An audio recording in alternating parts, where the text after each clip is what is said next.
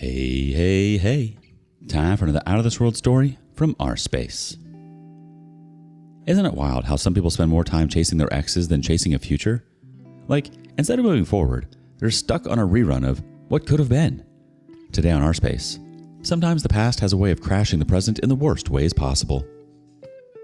My wife begged her ex to give her a chance. I exposed her, and she still came back begging. I've had such crappy relationships since I was young, and I thought that when I, 33 male, met Kara, 33 female, that was going to change. She seemed different, and considering that I eventually proposed to her, that should be enough of an example of how much I trusted her and how much she subverted what I expected of women. Most of my relationships have ended badly, and in almost all cases, I think most people would agree that I was objectively not responsible for what happened. I was done dirty in most of them, and that's despite the fact that I was giving my all to these women. I started to become a lot more jaded about relationships, and to be honest, I told myself that if my relationship with Kara ended in a heartbreak, I'd spend the rest of my life as a bachelor. But thankfully for me, she was kind and understanding, and despite me being a little bit of an a-hole at the start of things, I soon softened up and allowed things to work naturally. Of course, it wasn't a perfect relationship, but I think it was a normal relationship. Things went well enough that after dating her for 3 years, I decided to propose to her. She said yes, and we've been married ever since. I thought that I was happy, but it wasn't until recently that I discovered that I had been living with someone who wasn't as happy to be with me, and that was heartbreaking. When we first started dating, Kara told me about her past relationships and how they ended. The relationship that she had been in previously was with a guy called Ethan. Things had been mostly good, though he could be an a-hole at times. However, things ended when he pretty much ghosted her. She said that she could tell it was coming because he was acting a lot more distant, until one day, he just stopped responding to her. She said she later found out that he was in another relationship and chose the other girl. It was the worst heartbreak of her life, and she said that she'd never forgive him for what he did. I obviously didn't think much of it at the time because we were just sharing stories of past relationships, like I assume most couples do. I could tell that she really loved Ethan, but it was clear that the heartbreak was enough for her to not want anything to do with him any longer. She was with me, and in an ideal world, there would be no reason why you crave a past partner if you're with the one that was good enough for you to get married. Again, that's idealistic thinking, and I know that the real world isn't as simple as that, sadly. Things changed so drastically for me on such a regular day. It's not like there was anything wrong with our relationship. Things were as normal as always, but it was me just happening to see a notification that entered her phone that let me know what the situation was. We were watching a movie in her bedroom, and I noticed that she was texting with her phone turned away from me, though it wasn't that conspicuous. I didn't think too much of it, to be honest. However, she left the room for about a minute to go and get us new drinks, and it was in that tiny window that I was lucky enough to see a message notification from an Ethel that said, "Aren't you married?" I was very tempted to pick up her phone and read the message, because it seemed like the kind of thing that someone would only say if you were acting in a way that wasn't appropriate for a married woman. Plus, I don't know a single Ethel in her life. However, I couldn't check at that moment because it was risky. I knew she was trying to hide something, and as much as we were open with our phones, I felt like getting caught going through her conversations was going to be too much of a mess at the time. So I left it, but I knew that I was going to go through her phone as soon as I could. It was a good thing that I didn't decide to go through her phone because she showed up a few seconds later. We ended up finishing the movie, but to be honest, it was really hard for me to enjoy it fully because my mind was preoccupied. I knew at that time that it was possible that I'd got a completely innocuous explanation when I saw the full context. That's what I held on to.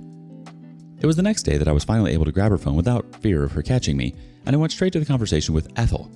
They hadn't spoken so much since the notification I had seen, but that was the first thing I wanted a context for because I didn't want to pry if I didn't have to.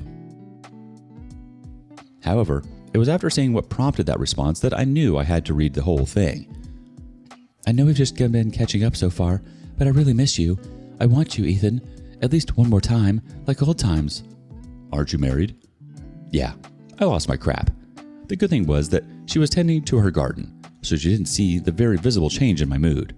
I was furious with her, but I had to keep reading. Her response to that was that we were drifting apart, and that it was only a matter of time before things ended. That couldn't be farther from the truth, because there wasn't a single thing wrong with our relationship. At least that's what I thought. But if she was crazing her ex so badly, then maybe she had checked out, and she was just a real good actor.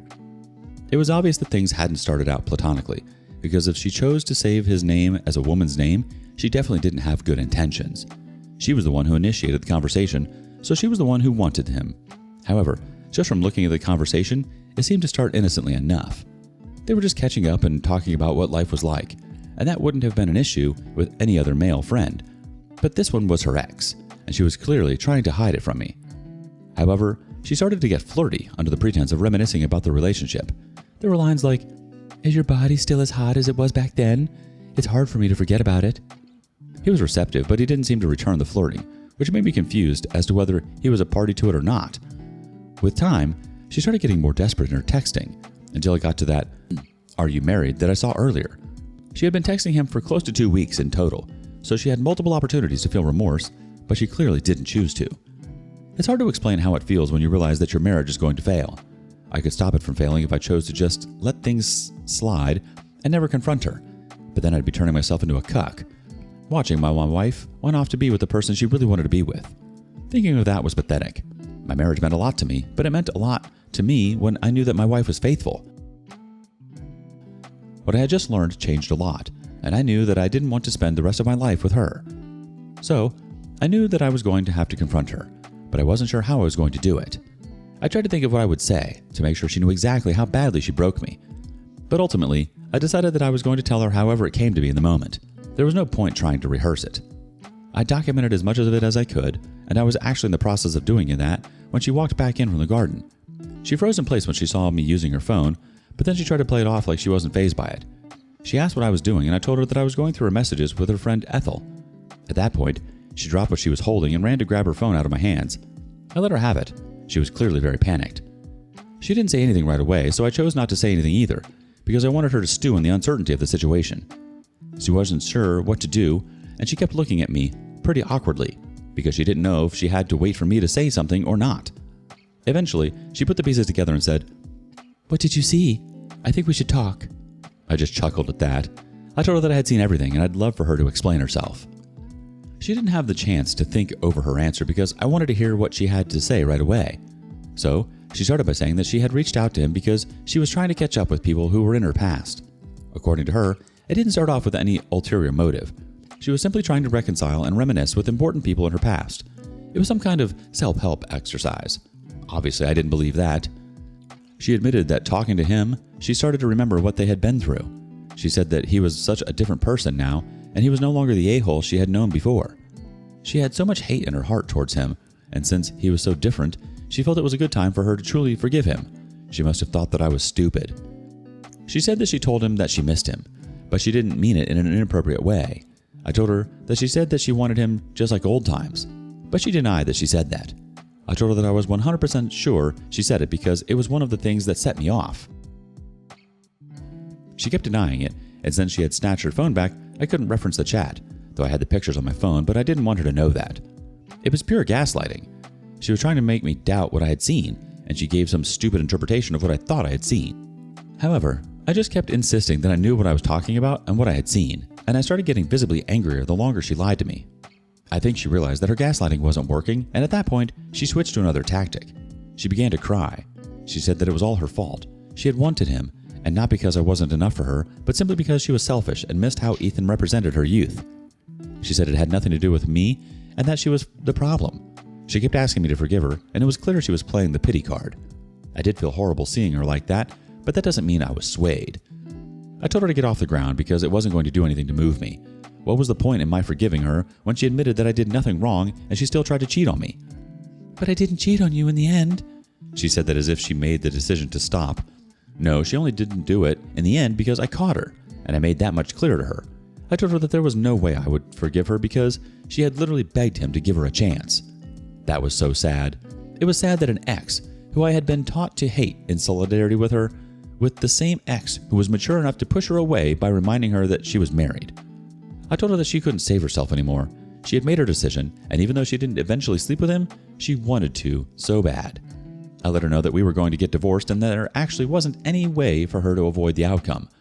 I didn't want to get to that point, but she had forced things. On hearing the word divorce, she actually freaked out. She couldn't even get a full sentence out, but it was clear she was saying that she was sorry and that it didn't have to go that far. She kept saying that it was a mistake and that she would never do anything of the sort ever again. However, it didn't really mean much to me, to be honest. I knew that she couldn't sway me anymore at that point. I told her that she could stay in the house pending when I got the divorce papers ready, but once I served her, she had to pack out within the day. I didn't even wait until the next day before I went out to meet with a divorce lawyer. I told him I needed the divorce papers ready as quickly as possible, and thankfully for me, I was able to get them to her soon after that. She packed out of the house that same day, moving around the house in a low mood. I don't know if she thought that was going to get me to change my mind. Seeing her in that state only fueled me, to be honest. Anyway, the bottom line is she's out of the house, and she's been out of the house for the last few days. Her not being here just feels like the first step in healing. However, I know I won't be completely okay until we've parted ways officially. At this point, I'm just hoping that the divorce goes my way. Update. I'm super happy to say that my divorce has finally gone through and I'm officially a single man again. It feels weird to be honest because I never thought that I'd find myself back in this spot, but here I am. In case you don't remember, I caught my wife begging her ex to give her a chance. That was quite some time back, but this is a continuation of that. Things were relatively peaceful through the divorce proceedings. She kept begging me and apologizing, but I really didn't have any reason to listen to what she had to say. I knew that there was no future for us after what she had chosen to do. Yes, my heart missed the good times that we had before everything fell apart, but my brain was way too smart to make me go back. Anyway, with the divorce, I came with the best lawyer I could find, and she came with one who my own lawyer said was no one to be scared of. I tried to get her to let us conclude things without having to get in front of a judge, but she claimed that she was following her lawyer's advice the entire way. Unfortunately, he was very combative and wasn't even trying to work with us. He wanted to get her alimony, which was something I really didn't want to concede. But besides that, the difference in our wages wasn't massive, so I knew she could actually do without the alimony. We hadn't started trying for kids at that point, so thankfully, we didn't need to tussle over custody. The house was going to be a slight concern though. It was only a rented place, so it would be less of a headache than a house we were paying the mortgage on.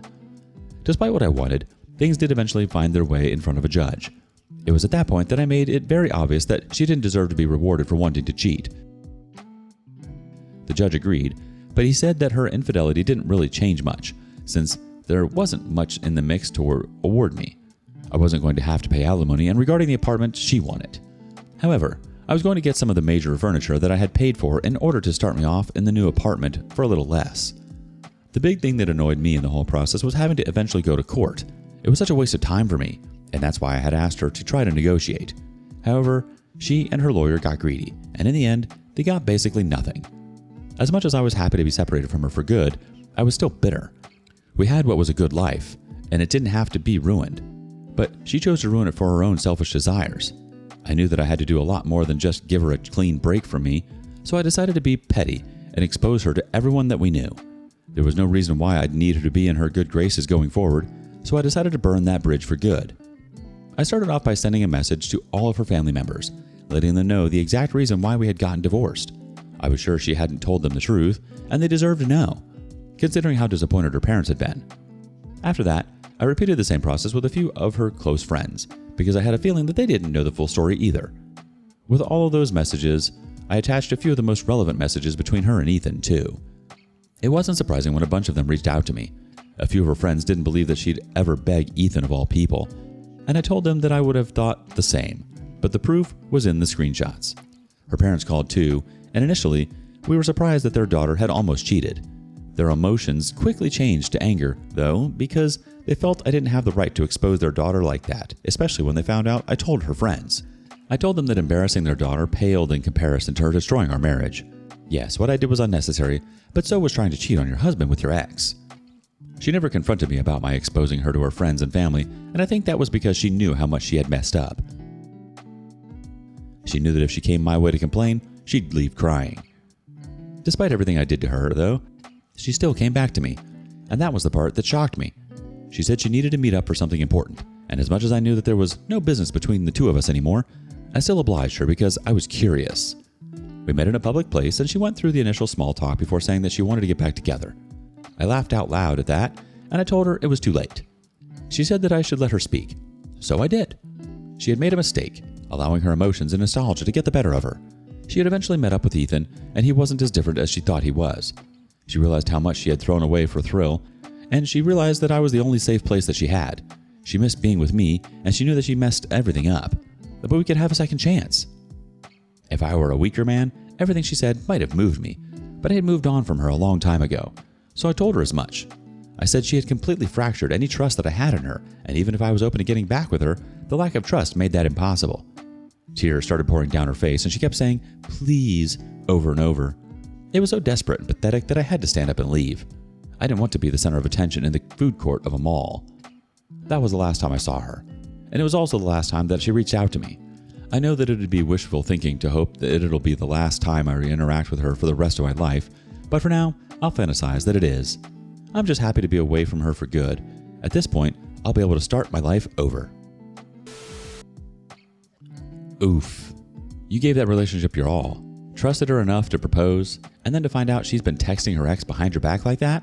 Yeah, that's a punch to the gut. It's one thing to hear about your past relationships, but it's a whole other level when you realize someone's been secretly trying to rekindle things while you're right there. And then the gaslighting, trying to make you question what you saw, denying things that were clear as day. There's nothing worse than someone trying to make you feel crazy. Have you ever been in a relationship where your partner was still emotionally stuck on an ex? And how did you handle it? Let us know in the comments below. Thank you for joining us today on rSpace.